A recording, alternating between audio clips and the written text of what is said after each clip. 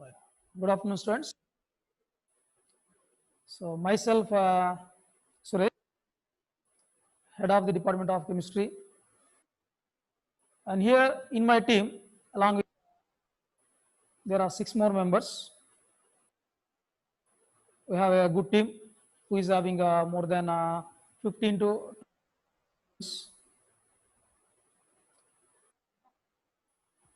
as earlier our team members sir explained regarding our college and all those facilities what we are providing here and all those. So once again, I am not going to here. So directly I'll come to the point. So up to 10th, you just have studied a single subject, and now here onwards, you should learn history, biology, and all those as a single subject. Now coming to chemistry. So chemistry is not much difficult one, as well as not much an easy one. The concept, the chemistry is the easiest one. If not, it is the most difficult one. So it is not much difficult chemistry if you know the fundamentals as well as the basic concepts in chemistry what you learn in earlier classes. Now, as you already completed SSLC first year, so just first I want to introduce regarding this and the pattern what we are here. So in our college here, we are following a track system. That means each subject into 2 parts, and the 2 parts will be explained by 2 different lecturers. So, simply called as the track 1 and the track 2. So in track 1, some chapters will be in track 2, one chapter, another some explained by another lecturers.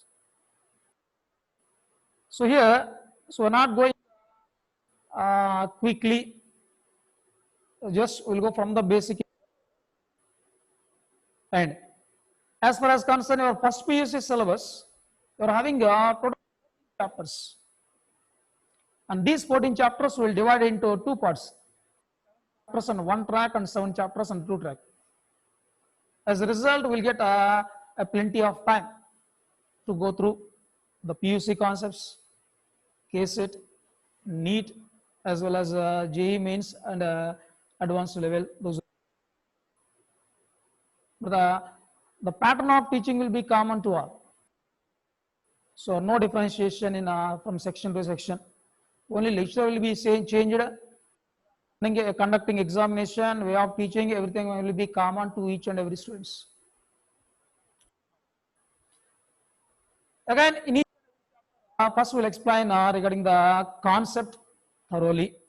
After that, we will go through the explaining of KCET as well as NEET and JEE as objective pattern.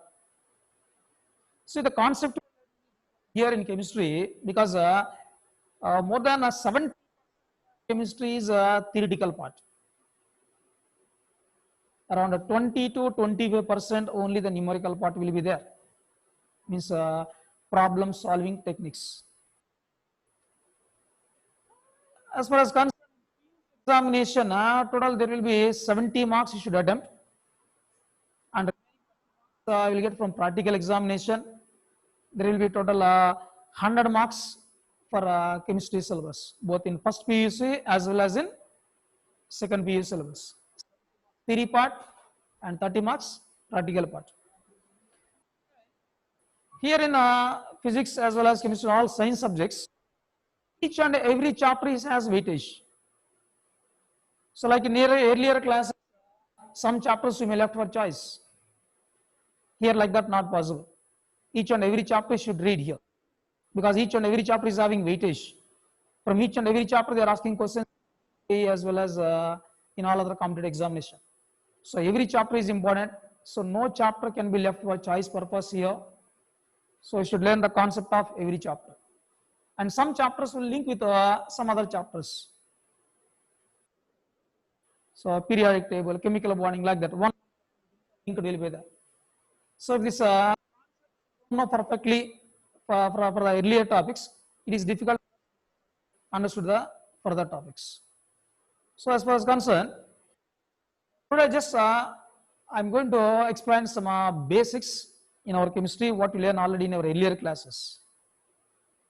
So regarding and a way of classes and all those further will come to know after coming to the college regularly. So in today's class, I'm going to explain some basics of chemistry. Yeah, what is meant by chemistry? Science is the knowledge of nature which is present around us, which contains living things as well as non-living things. About living things, what we'll explain, this is known as biology. What about living things as well as non-living things? Everything present in our nature, which is everything present around us related to chemistry. So human body itself a beautiful creation of different chemical substances. Our body is composed of water mainly, proteins, fats, vitamins, and all those. Everything which is present around us in nature is related to chemistry. Then what is chemistry? So chemistry is nothing but the study of elements and the compounds which are formed from those elements. So the study of elements and infinite number of compounds which are formed from these elements. More than 110 elements are known to us. Okay, from these 110 elements, how many compounds can be produced? So it is unlimited. Infinite number of can produce from these elements what are known to us right now. In that, the majority of the compounds are carbon compounds. Many compounds, more than 80% to 90% of compounds which are present in nature are related to carbon. That's why the study of carbon and its compounds is studied separately as a branch in chemistry, which is known as organic chemistry. Here, science can be divided into different branches: physics, chemistry, biology, and all those. So in chemistry, we'll learn about elements and various types of molecules, their properties, and reactivities of those compounds, and all those we learn in chemistry here. Right.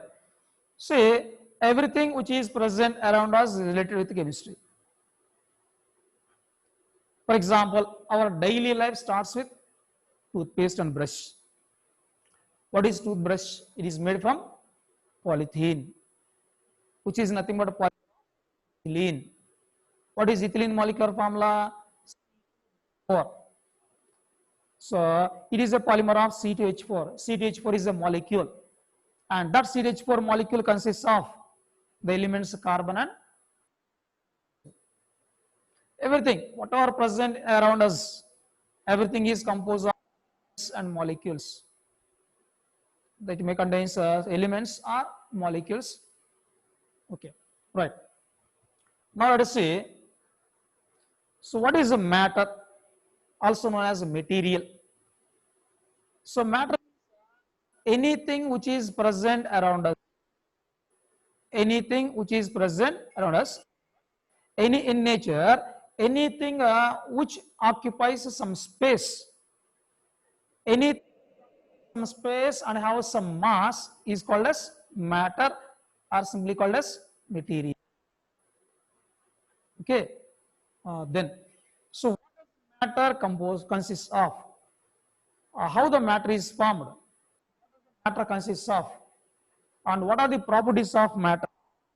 What are different types of properties of matter?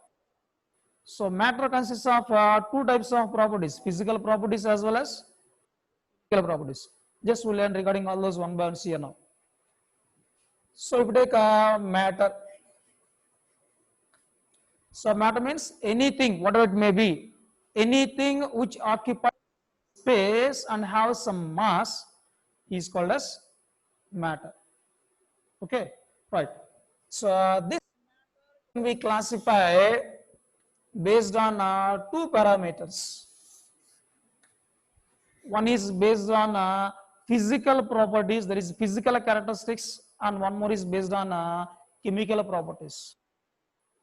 What are physical properties? What are chemical properties? So if you take a matter, what are the measurable properties of the matter without any change in its without change in composition? Whatever the measurable properties of matter is there, those are nothing but physical properties. So based on physical properties, we can classify the matter. So based on physical properties, and one more is based on chemical properties.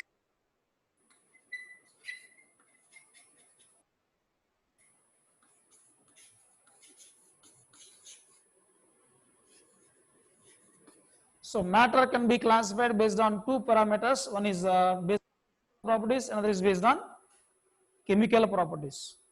So what are physical properties? The measurable properties of a matter without any change in its in state may change, physical change, but composition of substance should not be changed. Without changing the composition of the matter, if you measure the properties of the system or matter, those are called as physical properties. What are chemical properties? Means these are the properties during which the chemical composition matter will be changed.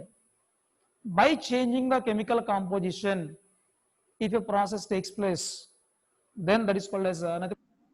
In that process, what the properties we are measuring, those are called as chemical properties. A simple example I'll tell you.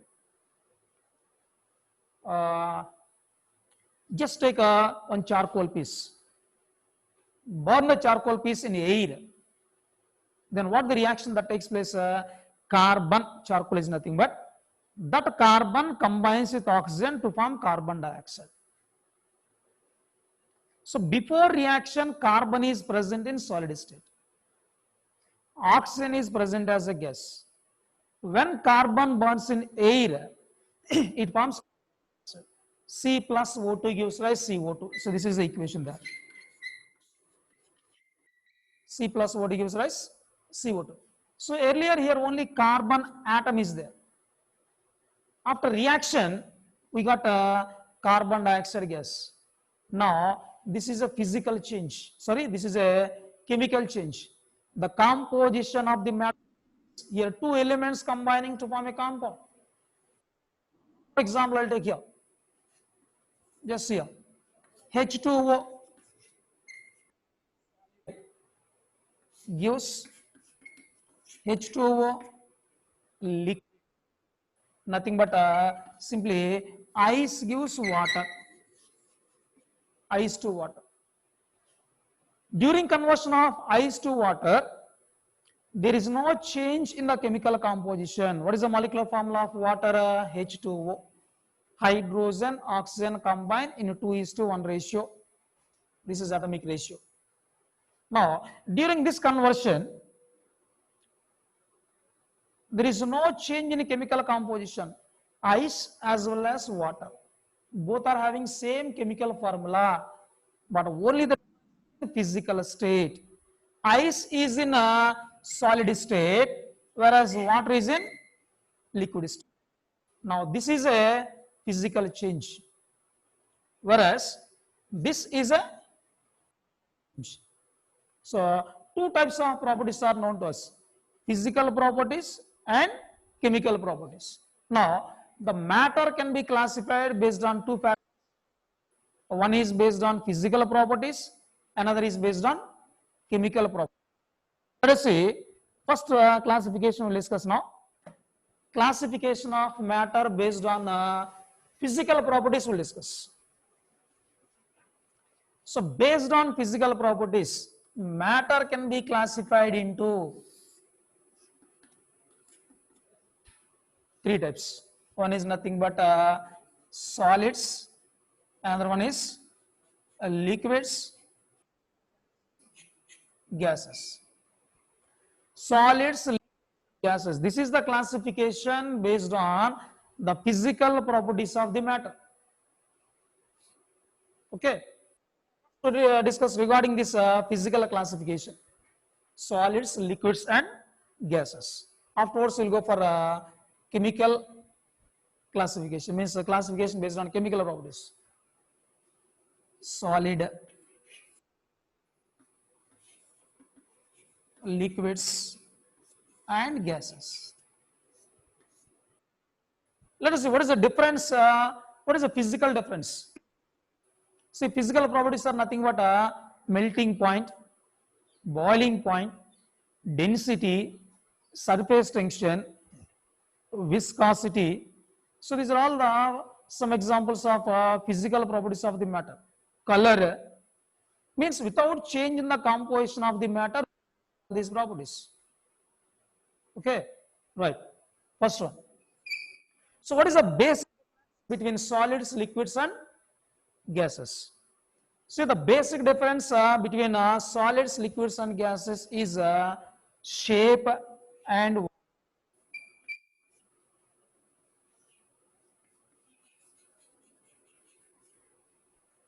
so with respect to this is the basic difference between solids, liquids, and gases.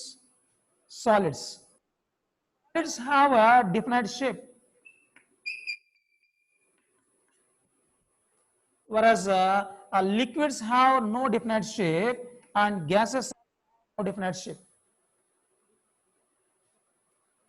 Solids are having definite shape, liquids are not shape, and gases also not having definite shape. Okay, right. Volume.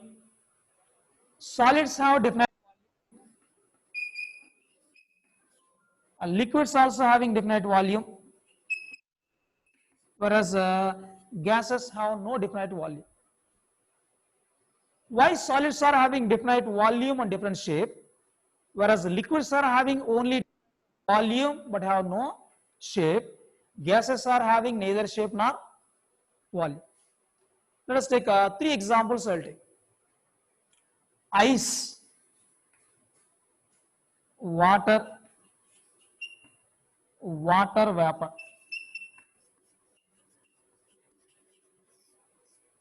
Ice is a solid, water is a liquid, water vapor is a gas. See, in ice, the molecules are closely packed without any gap between them. The close packing of constant particles is more. The solids are rigid, they are hard. So in solids, the constant particles are closely packed, that's why rigid. Whereas in liquids, that is in water, the molecules are loosely packed.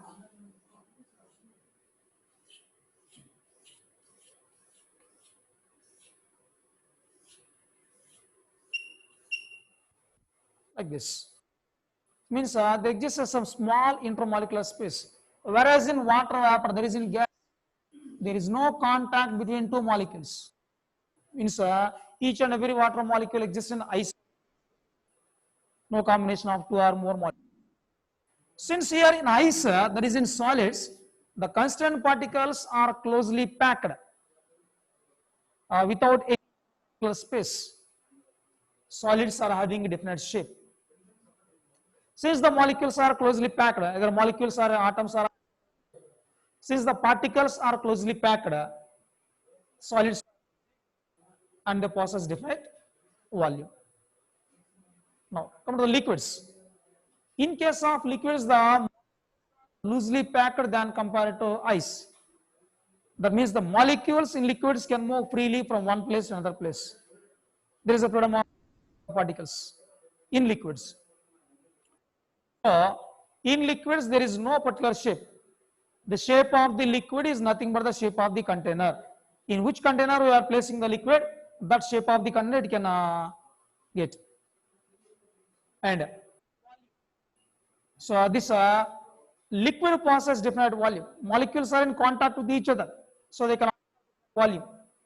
But the molecules can move freely in liquid, so they can not having any particular shape. The shape is nothing but shape of the container. Gas. There is no shape and no volume. The shape of the gas is nothing but the shape of the container. The volume of the gas is nothing but volume of the container. So gas try to occupy the maximum space which is available. Whatever the available space, in the total available space, the gas molecule can disperse. That means that the distance between the gas molecules is more. See, by taking some 1 liter of a gas oxygen, we can put oxygen gas in a 1 liter container or 10 liter container or 1000 liters container. The total volume will be occupied. If you take 1 liter of water, whatever the vessel you have taken, occupies 1 liter volume only. Or if you take 1 centimeter cube, it always occupies 1 centimeter cube only. But in case of gases, the molecules are each other, so they occupies the total space which is available for the motion. That is why gases neither possess shape nor possess volume. So this is the basic difference between solids, liquids and gases. And what are other differences? Intermolecular space.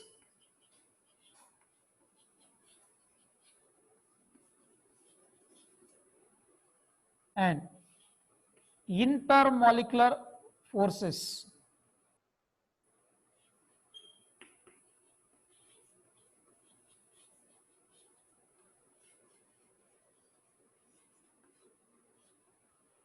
So intermolecular space and intermolecular forces.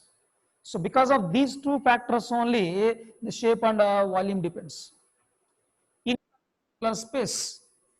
So if you take solids, in case of solids, intermolecular space is very less, because the constituent particles are closely packed without any gap between them. So intermolecular space is very less. What about liquids? In case of liquids, it is less than compared to solids. Intermolecular space in liquids is more. That's why the molecules can move freely in case of liquids, whereas in case of solids, there is movement of molecules, but the particles can oscillate about their mean position. In solids, the constant particles will not migrate, will not move from one place to another place. They can oscillate about their mean position only. But in case of liquid, the molecules or particles present in liquid are not stationary, they will move randomly in different velocities in different directions. So in less in solids, less in case of liquids, and more in case of gases. So in case of gases, there is no contact between two molecules. The molecules are apart from every molecule or every particle in gas exists in isolated state without any contact with another. Right. So intermolecular space in solids is less than liquids, and liquids is gases. What about intermolecular forces? Intermolecular forces. What are intermolecular forces? See, when two particles each other, there exist two types of forces. Another is repulsive forces. For example, if two particles comes each, electrons of the two particles repel each other. Nucleus of the two particles repel each other. But the one particle, electrons of another particle will attract. This interactive forces, but repulsive and attractive forces both are when two particles approaches each other. In that, this intermolecular forces is nothing but the attractive forces that develop between the particles in a substance. Those are called as intermolecular forces, right? And these intermolecular forces depends upon the distance between the particles. If the distance between the particles is less, then intermolecular forces are strong. As the distance between the particles increases, intermolecular decreases.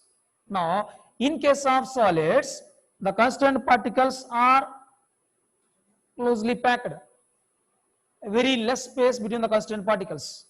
So, molecular forces are more. So, intermolecular forces are more in case of solids. What about liquids? Less. This is very less. Simply opposite to intermolecular space. As the intermolecular space increases, intermolecular forces decreases. Okay, this is one property. And still one more property. Density. What about density? So density is nothing but the ratio of mass by volume.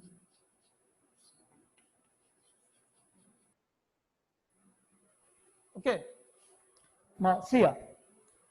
Suppose if you take equal masses of solid, liquid and gas of the same substance, then in case of, so now the mass is same for all the three physical states, solid, liquid and gas. Now density will depends on volume. Since solids, the intermolecular space is very less, the volume occupied by the solid is less than compared to gas. That means volume occupied by solid is less than liquid is less than gas. Now, from solid to liquid, liquid to gas, volume increases. As volume increases for the same mass, density decreases. Now here, density is, it is less for liquid. It is very less for gases. So density is more than liquids and liquids is more than gases. Okay, this is regarding density. And one more property I'll take here, diffusion.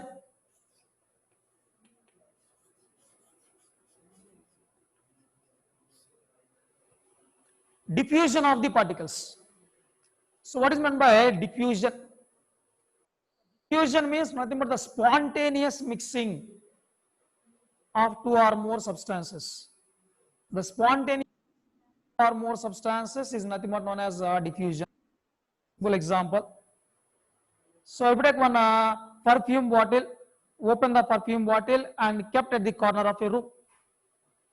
Now the fragrance of that perfume can spread throughout the room within a short interval of time.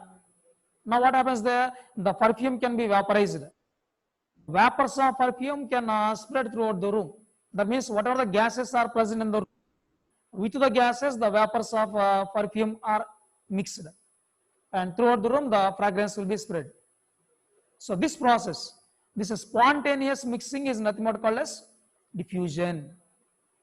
Then out of this solids, liquids and gases, which particles are which are having more diffusion, which are having less diffusion?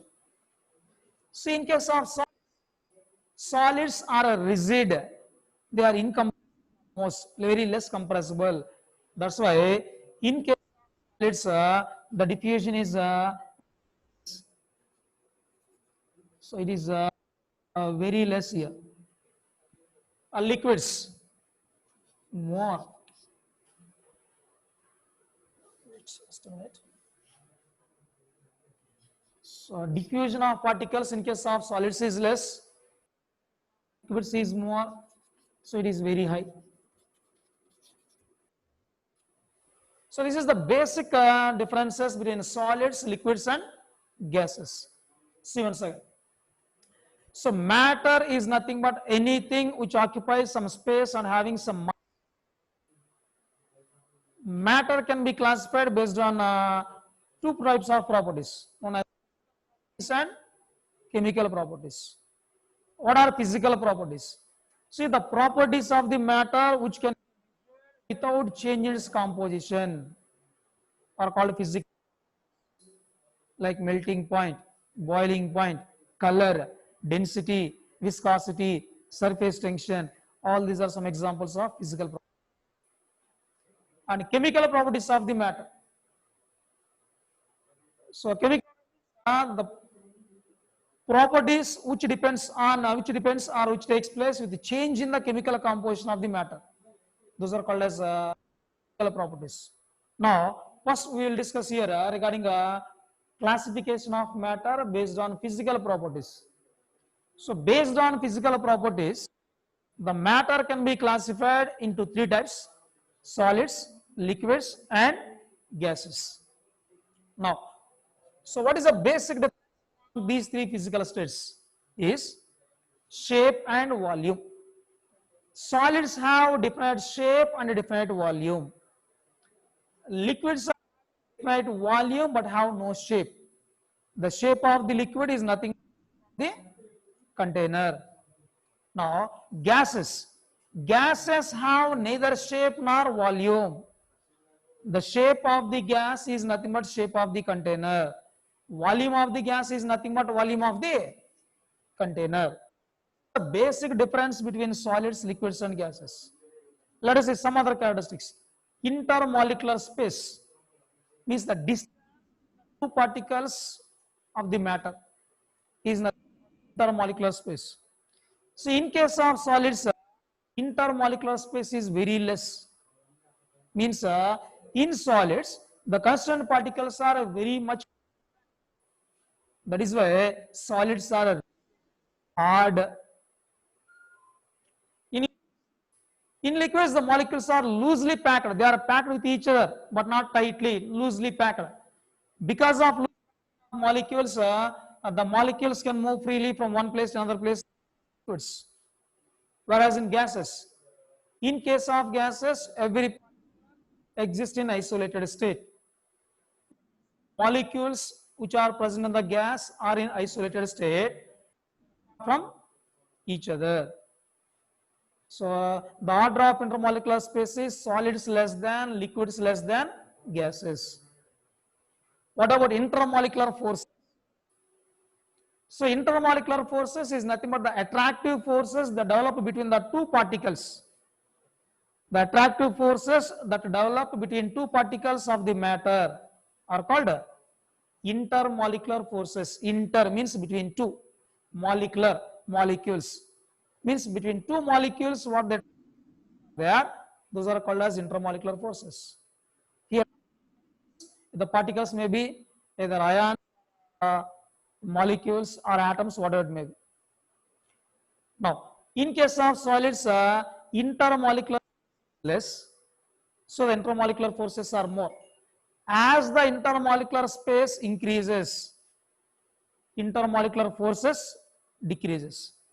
So the order of intermolecular forces is solids greater than, liquids greater than gases. Now, coming to some other properties like density and diffusion. So density is mass per unit volume. Nothing but mass by volume gives density. Suppose if you have taken a solid, liquid and gas,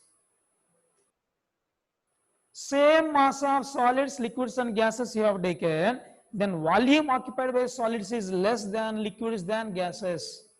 That means from solid to gases the volume increases. As the volume increases, denominator term, density value decreases. So density of solids is more, liquids is less, gases is very much less as compared to solids and liquids. And then diffusion of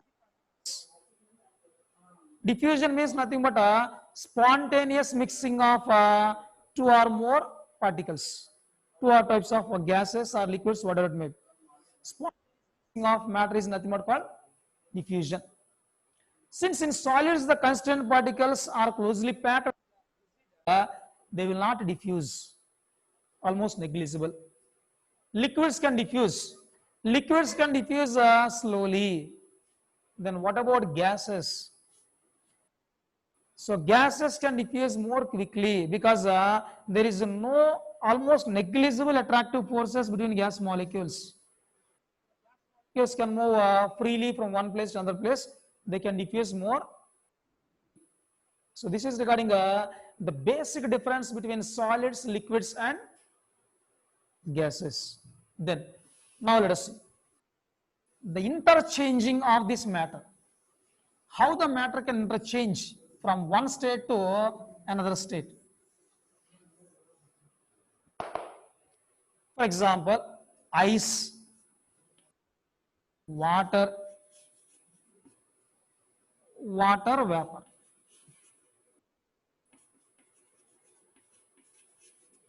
Ice, water and water vapor.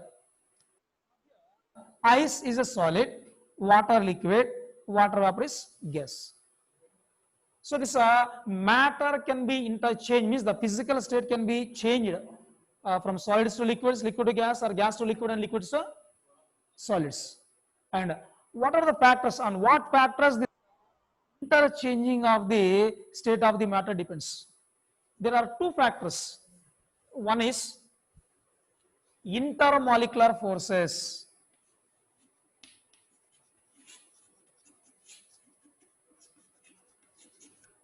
And second one is thermal energy.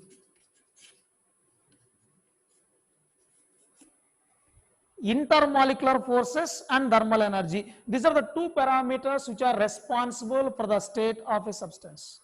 Right now we discussed what about intermolecular forces. The attractive forces that develop between the is called intermolecular forces. Intermolecular forces try to keep the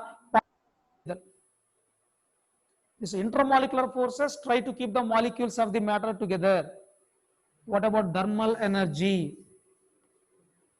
Means thermal energy means the energy associated with moving particles, not only molecules, moving particles, either atoms or molecules.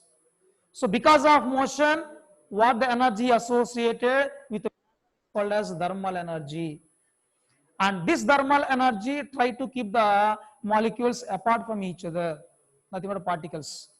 So intermolecular forces try to keep the particles together. Forces, thermal energy try to keep the particles apart from each other. See, out of these two forces, any one is predominant under a given situation. Depending on that, the physical state can change.